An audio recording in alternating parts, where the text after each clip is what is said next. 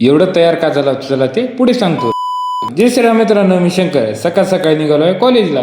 आज होता कॉलेजचा शेवट दिवस, त्याच्यामुळे ठेवला होता कार्यक्रमात तर काय पोराची खुशी मावना झालते, इकडून तिकडे फिरत होते. कार्यक्रम ठेवला होता IT लॅब मध्ये. आली की मग सगळे पोरं पूर्वा लगेच सूरवंशी सर आले. कार्यक्रमाला लगेच सुरुवात झाली. त्याच्या सगळे सरचे सत्कार झाली की लगेच कार्यक्रमाला सुरुवात झाली की माझा फेवरेट डायलॉग मारला, जय श्रीराम मित्रांनो, मी शंकर. सगळे तर काय टाळ्या वाजवायला लागले. त्याला ते व्हिडिओ मध्ये पण दाखवतो.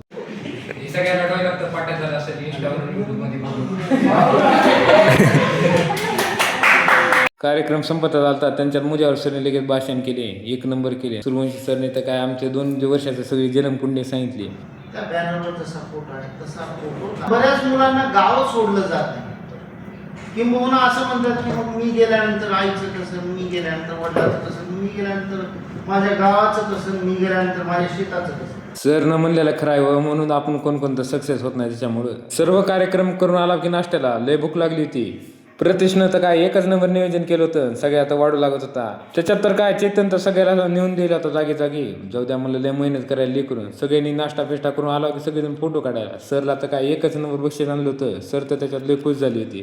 सरने गिफ्ट खोलून बघितले तर काय सरला एकच नंबर आवडली. जाता जाता कामाची गोष्ट देऊन गेला म्हणली. सगळे पोरं गेले आपला फोटो काढायला. आधी तर त्याच्यात काय लय लाज झालता, कसं काय लागायचं की त्यालाच माहित होता. एक नंबर फोटो चालू आहे सगळ्याचा विषय टॉपचा. आणि माझा बैल बात तळणीचा एकच नंबर. कॉलेजचा सर्व कार्यक्रम पार पाडून आलो की फाट्यावर आणि इथं आलो MSCIT वर. सर्वाला भेटून निघालो गावाकडे. मग भेटूया आपल्या पुढच्या ब्लॉग मध्ये.